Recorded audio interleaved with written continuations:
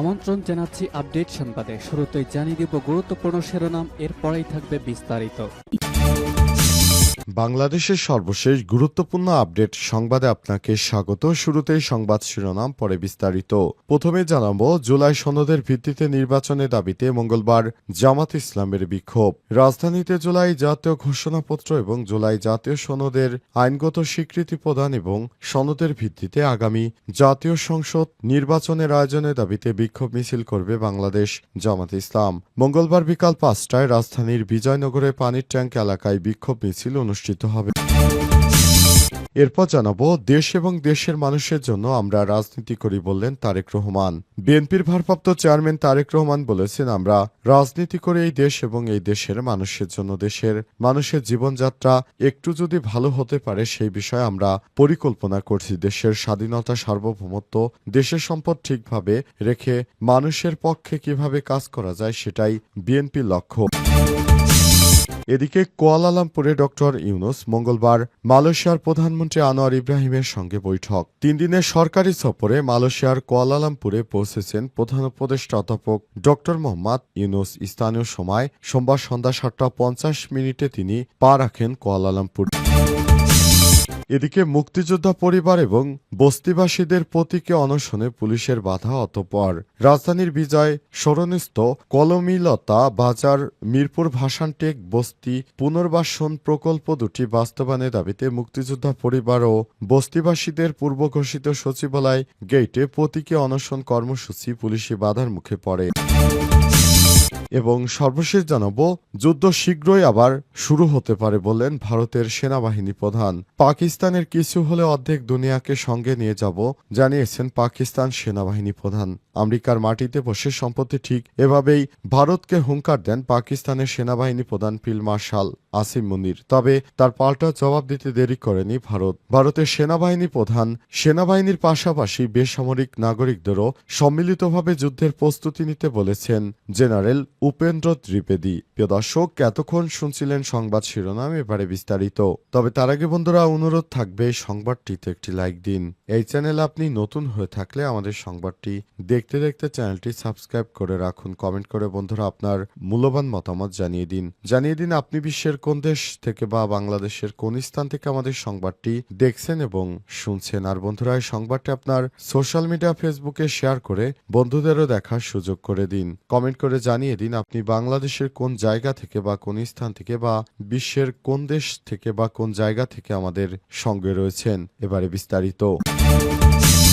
জুলাই সনদের ভিত্তিতে নির্বাচনের দাবিতে মঙ্গলবার জামাত ইসলামের বিক্ষোভ মিছিল। রাজধানীতে জুলাই জাতীয় ঘোষণাপত্র ও জুলাই সনদ এর আইনগত স্বীকৃতি প্রদান এবং সনদের ভিত্তিতে আগামী জাতীয় সংসদ নির্বাচনের আয়োজনের দাবিতে বিক্ষোভ মিছিল করবে বাংলাদেশ জামাত ইসলাম। মঙ্গলবার বিকাল 5টায় রাজধানীর বিজয়নগর পানির ট্যাঙ্ক এলাকায় বিক্ষোভ মিছিল অনুষ্ঠিত হবে।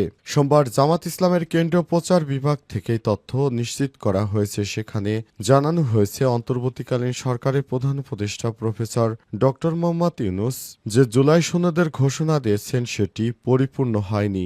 এ কারণে জামাত ইসলামের পক্ষ থেকে এই বিক্ষোভ সমাবেশের আয়োজন করা হয়েছে। জুলাই সনদকে আইনি ভিত্তি এবং সংবিধানের সঙ্গে সংযুক্ত করার জন্য এই বিক্ষোভ কর্মসূচির ঘোষণা করেছে বাংলাদেশ জামাত ইসলাম। জামাত ইসলামের পক্ষ থেকে জানানো হয়েছে, এই বিক্ষোভ মিছিলে সমস্ত নেতাকর্মীরা তাদের অংশগ্রহণ করবে এবং এই অংশগ্রহণের মাধ্যমে তারা অন্তর্বর্তীকালীন সরকারকে একটি বার্তা দিবে যেন অন্তর্বর্তীকালীন সরকারের প্রধান উপদেষ্টা খুব দ্রুত সময়ের মধ্যে বাংলাদেশ জামাত ইসলামের এই বিষয়টিকে মেনে নিয়ে তিনি যেন স্বীকার করেন যে জুলাই সনদের আইনি ভিত্তি আছে এবং জুলাই সনদ অনুযায়ী আগামীর জাতীয় সংসদ নির্বাচন অনুষ্ঠিত হবে। এজন্য অন্তর্বর্তীকালীন সরকারের প্রধান উপদেষ্টা প্রফেসর ডক্টর মোহাম্মদ ইউনূসের প্রতি জামাত ইসলামের উদাত্ত আহ্বান রয়েছে। দেশ এবং দেশের মানুষের জন্য রাজনীতি করি বললেন তারেক রহমান। বিএনপির ভারপ্রাপ্ত চেয়ারম্যান তারেক রহমান বলেছেন, আমরা জনগণ এবং দেশের জন্য রাজনীতি করি, কোনো ব্যক্তি স্বার্থের জন্য নির্বাচন বা কখনো কোনো কিছু করি না বলে মন্তব্য করেছেন বিএনপির ভারপ্রাপ্ত চেয়ারম্যান তারেক রহমান। তিনি বলেছেন, আগামীতে বিএনপি ক্ষমতায় গেলে বিএনপি নিজের জন্য কাজ করবে না, কাজ করবে দেশ এবং দেশের জনগণের জন্য।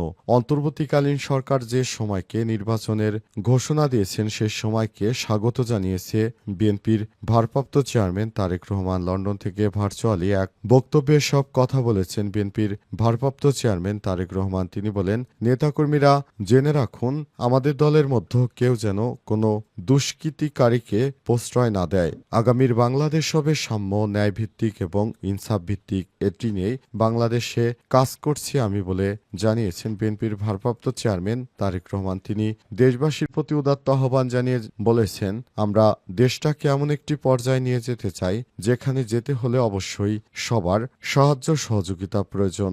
অন্তর্বর্তীকালীন সরকারের প্রধান উপদেষ্টা আমাদের যে সময় নির্বাচন দেওয়ার প্রতিশ্রুতি দিয়েছেন সেটি ভালো একটি সময়, সুতরাং সেই সময় নির্বাচনকে স্বাগত জানাই। কুয়ালালামপুরে ডক্টর ইউনূস মঙ্গলবার আনোয়ার ইব্রাহিমের সঙ্গে বৈঠক। 3 দিনের সরকারি সফরে মালয়েশিয়ার কুয়ালালামপুরে পৌঁছেছেন প্রধান উপদেষ্টা অধ্যাপক ডক্টর মোহাম্মদ ইউনূস। স্থানীয় সময় সোমবার সন্ধ্যা 7:50 তিনি দেশটিতে পা রাখেন। মঙ্গলবার সকালে পুত্রজা কমপ্লেক্সে একটি আনুষ্ঠানিক অভ্যর্থনা অনুষ্ঠানে অংশগ্রহণ করবেন ডক্টর মোহাম্মদ ইউনূস। এরপর মালয়েশিয়ার প্রধানমন্ত্রী আনোয়ার ইব্রাহিমের সঙ্গে ব্যক্তিগত এবং প্রতিনিধি স্তরের বৈঠক অনুষ্ঠিত হবে। বৈঠকে দুই দেশের মধ্যে বিভিন্ন খাতে অগ্রগতি নিয়ে আলোচনা করা হবে। অন্তর্বর্তীকালীন সরকারের প্রধান উপদেষ্টা প্রফেসর ডক্টর মোহাম্মদ ইউনূস মালয়েশিয়ার সঙ্গে হালাল খাদ্য বিনিময় নিয়ে কয়েকটি চুক্তি করবেন। পাশাপাশি বাংলাদেশের শ্রমিকরা যেন মালয়েশিয়ায় আরও বেশি সংখ্যক যেতে পারে এবং অন্যান্য দেশের চেয়ে বাংলাদেশি শ্রমিকদের যেন মালয়েশিয়া বেশি অগ্রাধিকার দেয়, ব্যাপারটি নিয়ে অন্তর্বর্তীকালীন সরকারের প্রধান উপদেষ্টার সঙ্গে মালয়েশিয়ার প্রধানমন্ত্রী আনোয়ার ইব্রাহিমের সঙ্গে একটি সমঝোতা স্মারক চুক্তি হবে। এছাড়াও তিনি বাংলাদেশ থেকে যারা মালয়েশিয়ায় অবস্থান করছেন সেসব প্রবাসীদের সঙ্গেও তিনি দেখা করবেন, কথা বলবেন। অন্তর্বর্তীকালীন সরকারের প্রধান উপদেষ্টা ডক্টর মোহাম্মদ ইউনূস ক্ষমতা গ্রহণের পর মালয়েশিয়ার প্রধানমন্ত্রী, যিনি সর্বপ্রথম বাংলাদেশে এসেছিলেন এবং এটি ছিল অন্তর্বর্তীকালীন সরকারের প্রধান উপদেষ্টা দায়িত্ব গ্রহণের পর প্রথম কোনো বিদেশি কূটনৈতিক। যুদ্ধ শীঘ্রই হতে পারে বললেন ভারতের সেনাবাহিনী প্রধান। পাকিস্তানের কিছু হলে অর্ধেক দুনিয়া সঙ্গে নিয়ে যাবে ইসলামাবাদ। আমেরিকার মাটিতে বসে সম্প্রতি ঠিক এভাবেই হুঙ্কার দেন পাকিস্তানের সেনাবাহিনী প্রধান ফিল্ড মার্শাল আসিম মুনির। তবে তার পাল্টা জবাব দিতে দেরি করেনি ভারত। সশস্ত্র বাহিনীর পাশাপাশি বেসামরিক নাগরিকদেরও সম্মিলিতভাবে যুদ্ধের প্রস্তুতি নিতে বলেন ভারতের সেনাপ্রধান জেনারেল উপেন্দ্র ত্রিবেদী। ত্রিবেদী সম্পর্ক সতর্ক করে বলেছেন, দেশের পরবর্তী সশস্ত্র সংঘাত হয়তো ধারণার চেয়েও বেশি গুরুতর হতে পারে। সেই যুদ্ধ জয় পেতে সশস্ত্র বাহিনীর পাশাপাশি বেসামরিক প্রতিষ্ঠান ও সাধারণ নাগরিকদের সম্মিলিত প্রচেষ্টার প্রয়োজন হবে। সোমবার ভারতীয় সংবাদ মাধ্যম দ্য প্রিন্টের এক প্রতিবেদনে বলা হয়েছে, গত 4 আগস্ট আইআইটি মাদ্রাজে এক বক্তব্য সেনাপ্রধান এই সতর্ক বার্তা দেন। তিনি বলেন, যুদ্ধ শীঘ্রই শুরু হতে পারে, সে অনুযায়ী আমাদের প্রস্তুত হতে হবে। এবার এই লড়াইয়ে আমাদের সবাইকে মিলে একসঙ্গে লড়াই করতে হবে। সেনাবাহিনীর অতিরিক্ত মহাপরিচালক জনসংযোগ দপ্তর এই বক্তব্যের একটি ভিডিও প্রকাশ করে। ভিডিওতে তাকে বলতে শোনা গেছে, ভবিষ্যতে নিরাপত্তা নিশ্চিত করতে সেনা সদস্য, বিজ্ঞানী, শিল্পখাত, শিক্ষাঙ্গন এবং নাগরিক সবাইকে সমন্বিত কাজ করতে হবে। কোন দেশের নাম উল্লেখ না করেই তিনি সতর্ক করে বলেন, আগামী সংঘাতের শত্রুপক্ষ হয়তো একা নয়, বরং অন্য কোনো দেশের সহায়তা পেতে পারে। জেনারেল দ্বিবেদী অপারেশন সিঁদুরের উদাহরণ টেনে বলেছেন, এটি ছিল আর অনেকটা দাবা খেলার মতো, যেখানে শত্রুপক্ষের পরবর্তী পদক্ষেপ অনুমান করা কঠিন ছিল।